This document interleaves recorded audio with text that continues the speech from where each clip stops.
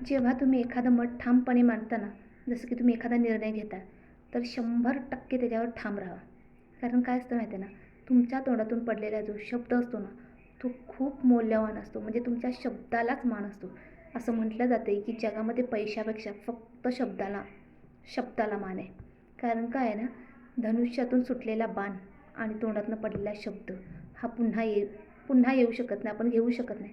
जसं की समजा आपण एखाद्याला काहीतरी वाईट बोलतो किंवा काहीतरी चुकून जरी एखाद्याला दुखवलं, तर आपण नंतर कितीही त्याला मनवण्याचा प्रयत्न केला किंवा त्याला असं काहीतरी सांगण्याचा प्रयत्न केला, त्याला खुश ठेवण्याचा प्रयत्न केला तरी त्याचा काही उपयोग होत नसतो.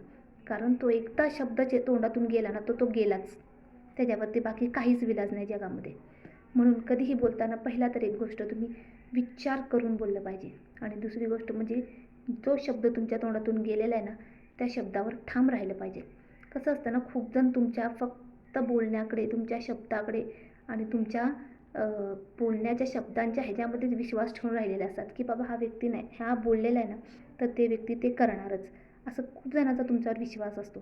आणि जर का कुठल्या कारणास्तव तुम्ही तो विश्वास तोडला, म्हणजे तुमचं बोलणं जर खोटं ठरलं, तर परत तुमच्यावर कोणी विश्वास ठेवत नसतं.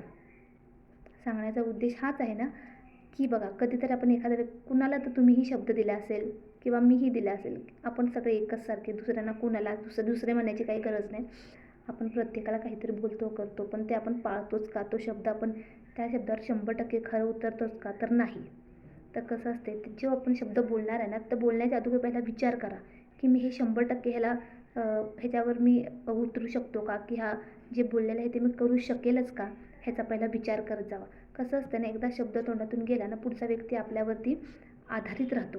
त्याचा पूर्णपणे आपल्यावर विश्वास चढतो, की हा व्यक्ती आता मला देणार, मला हा व्यक्ती करणार. म्हणजे कोणाला तुम्ही पैसे द्यायचे असेल, कोणाचं काही बोलणं असेल, काहीही, फक्त तुम्ही बोलण्याच्या अगोदर विचार करा. नाहीतर तुमच्या बोलण्यात आणि उडतो ना तो कचरा पालापाचोळा, त्याच्यात काही फरक नसतो. काही जण समजतात, चला काय हा असाच फेकतो, असंच बोलत राहतो, काही अर्थ नाही, या बोलण्यातच काही अर्थ नाही ह्याच्याशी, असं जेव्हा तुम्हाला लोक करायला लागतील तर तुम्हाला चांगलं वाटेल का? अजिबात नाही ना. फक्त एक गोष्ट लक्षात ठेवा, जेव्हा आपण कुठला निर्णय घेणार आहे ना, त्या निर्णयावर ठाम राहा. आणि जर का तुम्हाला जमतच नसेल तर कोणाला शब्द देऊ नका. शब्द देऊन जर का बसाल ना, तर पुढचा व्यक्ती तुमच्यावर डिपेंड राहणार. आणि तुम्ही जर तो शब्द मोडला तर खूप वाईट वाटतं त्याला. म्हणून जमत असेल तर हो बोला, नाहीतर अजिबात नका. पण दिलेल्या शब्दावर ठाम राहा. बघा, कोण नाही तुम्हाला काही बोलणार. मागे असू दे किंवा पुढे असू दे, माणूस चांगलंच बोलेल. जमलं तर हो म्हणायचं, नाही तर सरळ सोडून द्यायचं. नाहीतर आपली तुलना उडणाऱ्या सगळ्या पालापाचोळ्यामध्ये होते. बरोबर असेल ना, कमेंटमध्ये नक्की सांगा. आणि व्हिडिओ तुम्हाला कसा वाटला बघितल्याबद्दल पुन्हा एकदा धन्यवाद. थँक्यू.